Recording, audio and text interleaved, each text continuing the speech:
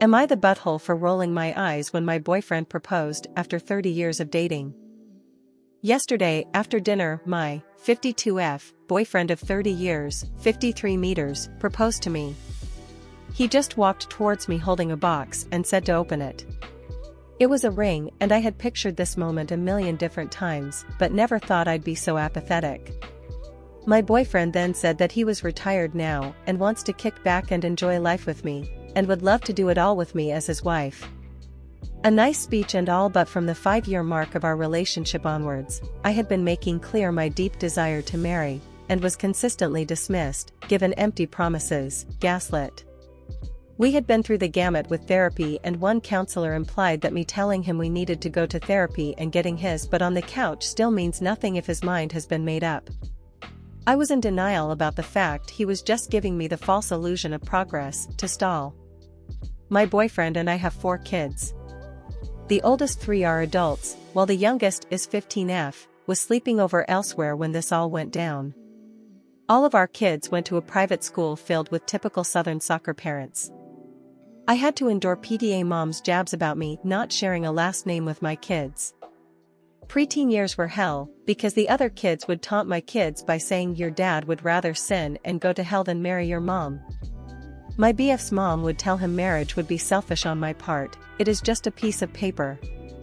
My BF ended up rising up the ranks until he became an executive.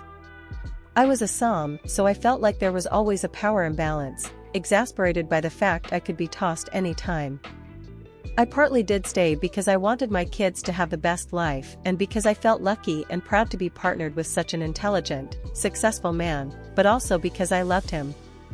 These past few years, my boyfriend's career has taken a downturn. He will never be poor, but the company he was part of took a nosedive during 2020, and he had made enemies out of associates/board members.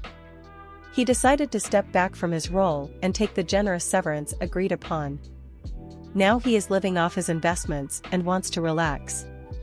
I did not like how his career ended and how he treated people, and had been deciding whether I wanted to leave and find somebody else after our youngest turns 18. So the proposal was a shock, because I should hope that he noticed I have avoided conversations about the future as of late.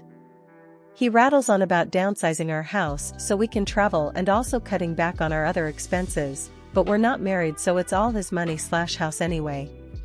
He did notice my eye roll and was offended. He asked what's wrong, and I said that suddenly, now that he's downsizing, I'm good enough to marry. He got mad and said that now that he's downsizing and no longer an executive, I suddenly think our relationship is disrespectful. And started implying I was a gold digger. I was so angry I walked out and said I might just go out looking for a respectful relationship because I don't know what respect is anymore. AITA? Someone commented.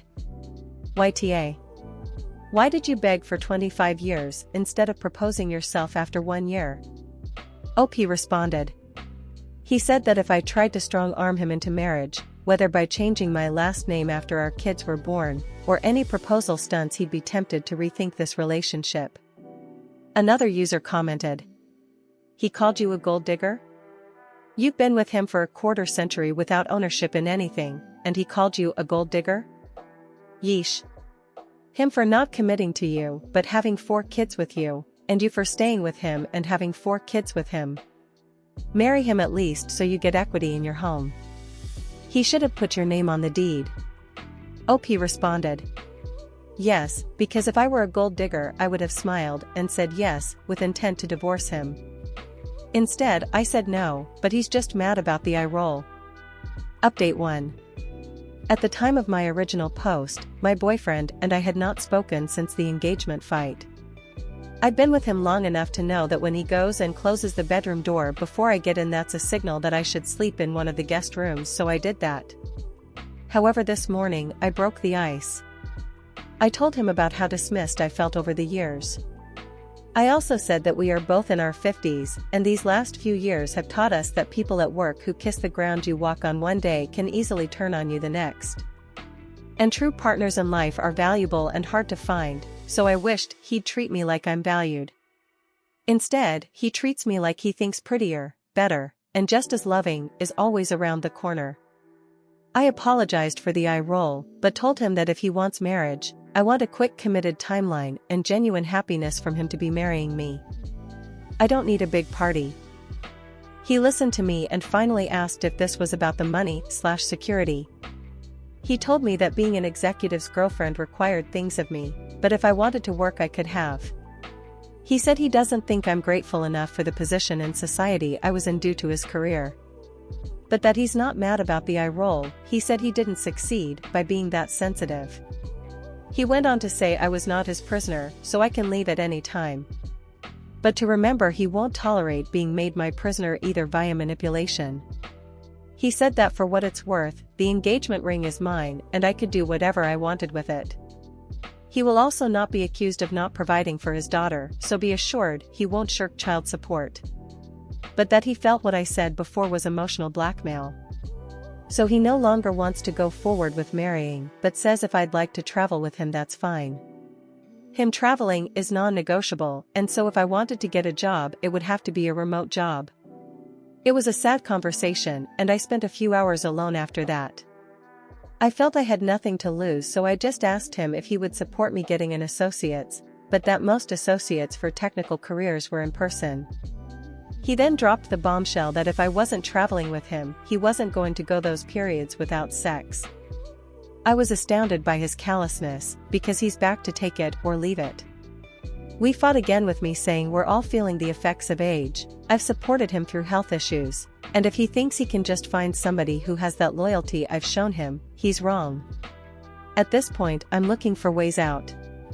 I can't say I haven't been tempted to say I'll travel with him and try to get a remote job, but also realize how resentful I am that he continues to need to have the power in the relationship. I don't think I'll ever know my value truly, but something telling me there has to be better out there, at least in a partner. Additional information from OOP.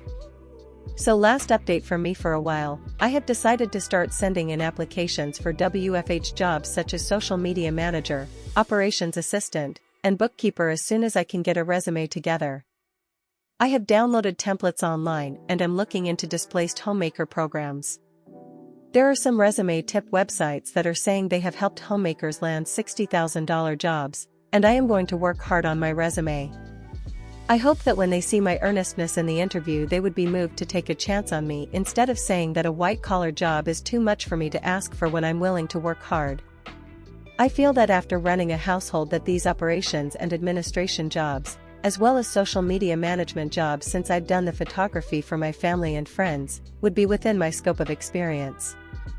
I hope my comments have not come off as spoiled or out of touch. I apologize if that has offended anyone.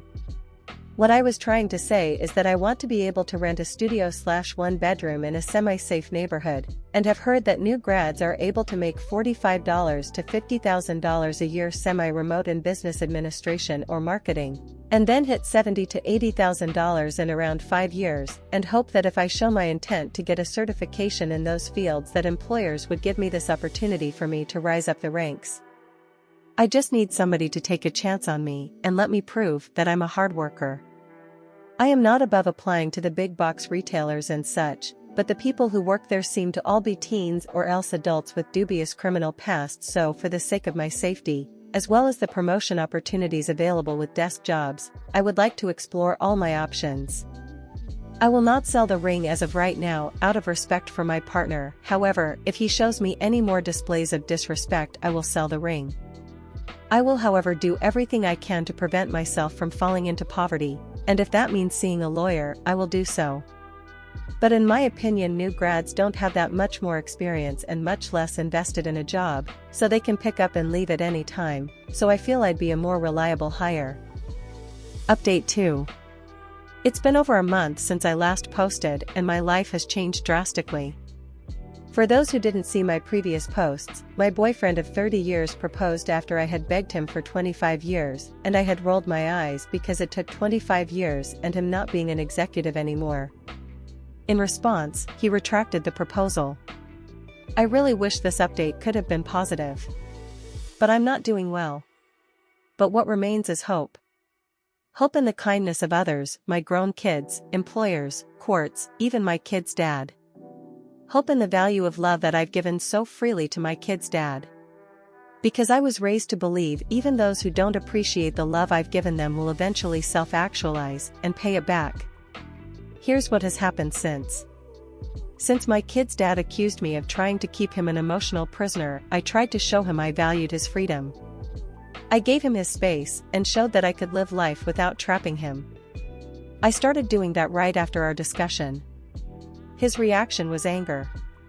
After our talk, he started glaring and picking fights over everything: the speed at which I did housework, my spending, within his allowance, and cut it to nearly zero. Asked for the ring back during an argument. I took the comments to my posts to heart. In particular, advice telling me that if badgered, I should refuse to leave the house. Just a few days after our conversation about the engagement, he picked a fight and accused me of ignoring him. He said he wanted me out. I said no, I deserved to be here. He responded by having a lawyer send me a notice telling me to vacate that day. It happened so quickly, I was too shocked to react. My kids were torn between dad's bluffing and try to leave. But now he's filed to evict. It's up to the courts now. I tried looking for legal aid, but the person I talked to was cold and implied that my status as a mom and partner won't protect me from eviction. I've tried sending out applications for office jobs, but was told by friends to be kind to myself, because if one rejection comes, something better will be along. My adult kids suggested I apply for SNAP, food stamps, and I haven't, out of shame. They said if I do and dad and I no longer live together, the government will help me collect child support. My grown kids said they can't risk upsetting dad. My oldest told me a gas station was hiring night shift, and he'd try to help once he graduated. Just when I decided to just be grateful for the job, they rejected me after an interview where I feel I spoke well. That hurt. But I keep having hope, because every day there are new remote and non-remote jobs posted, saying they'll train the right candidate. I am applying to every corporation, it seems, with hope that one of them will take a chance on me, give me an interview that I will ace. See me for somebody pulling herself up. I know my boyfriend wants me to beg, but I don't know if that would make him drop the suit. I just don't know anymore. I am in my corner of the house, trying to keep things normal and applying like it's a job. I don't know what else to say, but that ends my update for now. I maintain hope and dignity. Update 3. The unconscionable happened. A judge is letting my ex-boyfriend evict me. A judge who is supposed to uphold the laws of fairness, morality, and for years I assumed kindness, found in favor of my ex-boyfriend. My head is spinning. I have not found a job yet. And I did everything right. I applied to hundreds upon hundreds of marketing jobs online. I've gotten 3 responses, but those responses ask me to download communication apps to do the interview, and their instructions are so hard to understand. I don't do well with non-concrete directions, so I got too aggravated to respond. However, at this point, I'm desperate enough to interview even there.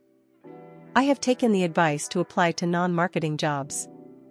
My older daughter wrote me a resume for an office assistant job for a church that only offered 8 to 10 hours a week at $2 over minimum wage. I got called for an interview. And the pastor of all people seemed disappointed after seeing me, and greeted me with a different tone than he greeted the next applicant who came in, a woman in her mid-20s. Horrible behavior from a mid-30s man. He even called me ma'am in this apprehensive tone. I did not get the job, but I feel bad for whoever does. I only have a few days before a sheriff arrives. I called my kids for help. My legal aid attorney predicted I'd only get visitation until I have a stable place. And child support would likely be enough to only partially pay for motel living, so I needed to quickly get a job. How can the world treat a mom like this? My adult kids arranged to meet me and told me there's a reason even their grandma called my ex an alley cat. They offered to sneak food from dining halls when I visit and lend me clothes for interviews, but said their dad laid down the law with regards to sending money, and they will not be sending me any money. And that when they get jobs of their own, they will also be prioritizing their own savings, and I should not expect any money. And that it's not my fault, but at some point, the shows of fickle affection they've seen during their childhood, where they faced bullying and watched people like me who are kind be scorned jaded them. And in all that instability, accomplishments and money were the only constants, and that has made them emotionally apathetic. But that it's hard to fix because it goes hand in hand with the overactive having sense of self-preservation they've acquired. They blame it on watching how self-preservation got their dad far, and the lack of it crushed others. I was able to sell the few things that my ex did not bother to claw away from me. I have enough to book a room at a motel for about a week, but then I don't know. I asked my newly 16-year-old if she'd want to stay with me when I get a motel room. She started crying and begging her dad to let me stay. I will fight for custody with every ounce of strength I have. But I'm guessing her siblings are telling her to enlist self-preservation and stay with her dad. I understand, I do. But she still needs her mom. I'm in contact with a shelter.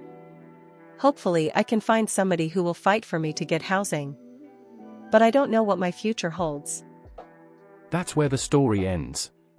Please consider subscribing to keep up to date on this post and other daily Reddit content.